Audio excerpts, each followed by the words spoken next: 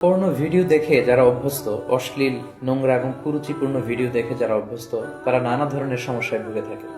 এই পর্নোগ্রাফি রয়েছে অনেক ধরনের ক্ষতিকর দিক। তারা তাদের ব্যক্তিগত জীবনে যেমনি ক্ষতিগ্রস্ত হয়, তারা তাদের বৈবাহিক জীবনে যেমনি ক্ষতিগ্রস্ত হয়, তারা সামাজিক জীবনে এবং ধর্মীয় দিক থেকেও তারা প্রচন্ড ক্ষতিগ্রস্ত হয়। এ পর্যায়ে আমরা বলবো পর্নোগ্রাফি দেখার ফলে একজন ব্যক্তি কি কি ক্ষতির সম্মুখীন হয়। সর্বপ্রথম যে ক্ষতিটির সম্মুখীন সে হচ্ছে সেটি হচ্ছে সেই ব্যক্তি তার আত্মাকে কলুষিত করে দিচ্ছে। ফলে কোনো এবাদতে সে মজা পাবে না, সে সালাত আদায় করে মজা পাবে না, সে কোরআন তেলাওয়াত করে মজা পাবে না, সে তাসবিহ করে মজা পাবে না, এবং আল্লাহ তাআলার ক্রোধ সে অর্জন করছে আল্লাহর রহমতের পরিবর্তে। আল্লাহর লানও তার উপর বর্ষিত হচ্ছে। এবং মানুষের দেহের যতগুলো অঙ্গ রয়েছে তার মধ্যে থেকে সবচাইতে দামি অঙ্গ হচ্ছে তার আত্মা। And pornography is damaging your soul. বিষ্ণু ঈসা ইসলাম বলেছেন, আলা ইন্না ফিল জাসাদি মুদগা ইযা সলুহাত সলুহাল জাসাদু কুল্লু ওয়া ইযা ফাসাদাত ফাসাদাল জাসাদু কুল্লুহু আলা ওয়াহিয়াল কলব। জেনে রাখো, নিশ্চয়ই মানব দেহে একটি গোশতের টুকরো রয়েছে যেটি দেহের সবচেয়ে দামি অঙ্গ।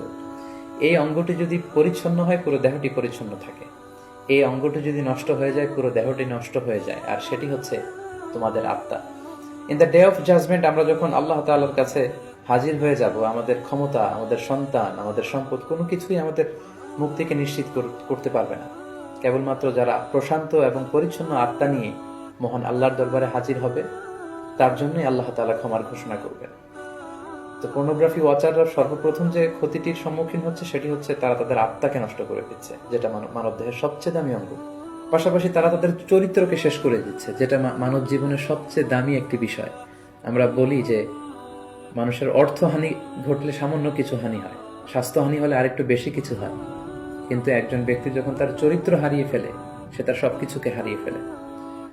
পাশাপাশি যারা পর্নোগ্রাফি দেখে অভ্যস্ত তাদের স্বাস্থ্যের মারাত্মক হানি ঘটে, যেহেতু পর্নোগ্রাফি ওয়াচাররা রাতের সময়টুকুকে বেছে নেয় গোপনে পর্নোগ্রাফি দেখার জন্য। ফলে রাতের ঘুম তাদের আর হয় না, তারা ইনসমনিয়াতে ভোগে এবং একটা বিকৃত রুচি তারা ডেভেলপ করে ফেলছে মনের অজান্তেই।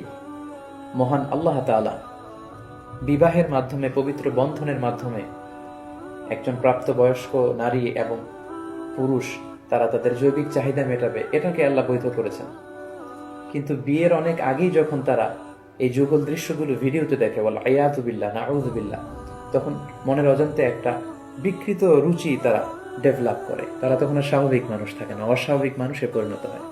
এবং পার্সোনালি আমরা অনেকের কাছ থেকে এরকম প্রশ্নও পাই যে আমি আসলে পর্নোগ্রাফি দেখতে চাই না, আমি এটাকে অপছন্দ করি, কিন্তু একবার দেখতে শুরু করার কারণে আমি এ থেকে বেরিয়ে আসতে পারছি না, আমি নিজেকে সাহায্য করতে পারছি না, এবং এই পৃথিবীর যে কোনো বিষয়ের ব্যাপারে আমি আগ্রহ হারিয়ে ফেলেছি, আমার সুইসাইড করতে মন চাচ্ছে। এরকম মেন্টাল ডিপ্রেশনেও কিন্তু তারা ভুগে থাকে। পর্নোগ্রাফির আরেকটি গুরুত্বপূর্ণ ক্ষতিকর দিক হচ্ছে এই পর্নোগ্রাফির ফলে সেক্সুয়াল ক্রাইম সমাজে বেড়ে যাচ্ছে। In every sexual crime there is a pornography behind it. কারণ মানুষ যখন পর্নোগ্রাফি দেখে এবং সেটা থেকে যখন সে স্বাদ নেয়, মজা নেয়, তখন সে তার ব্যক্তিগত লাইফে সেটাকে প্র্যাকটিস করতে চায়, যার ফলে ধর্ষণের মতো এত জঘন্য কাজকে সে বেছে নেয়, চাইল্ড অ্যাবিউজের মতো, উইমেন অ্যাবিউজের মতো জঘন্য কাজগুলোকে সে বেছে নেয়। এজন্য সমাজে যত ধরনের সেক্সুয়াল ক্রাইম দেখা যাবে, গবেষণা করলে দেখা যাবে তার পেছনে রয়েছে পর্নোগ্রাফি। যারা পর্নোগ্রাফি ভিডিও দেখে তারা দাম্পত্য জীবনে সুখী হয় না, কারণ পর্নোগ্রাফি ভিডিও দেখার ফলে একজন মানুষ উত্তেজিত হয়ে ওঠে। এবং যারা ধীরে ধীরে বছরের পর বছর এগুলো দেখে অভ্যস্ত, তারা মাস্টারবেশনে অভ্যস্ত হয়ে যায়, যেটা ইসলামী শরিয়তের দিক থেকে অনেক জঘন্য ধরনের একটি অপরাধ এবং কবিরা গুনাহ।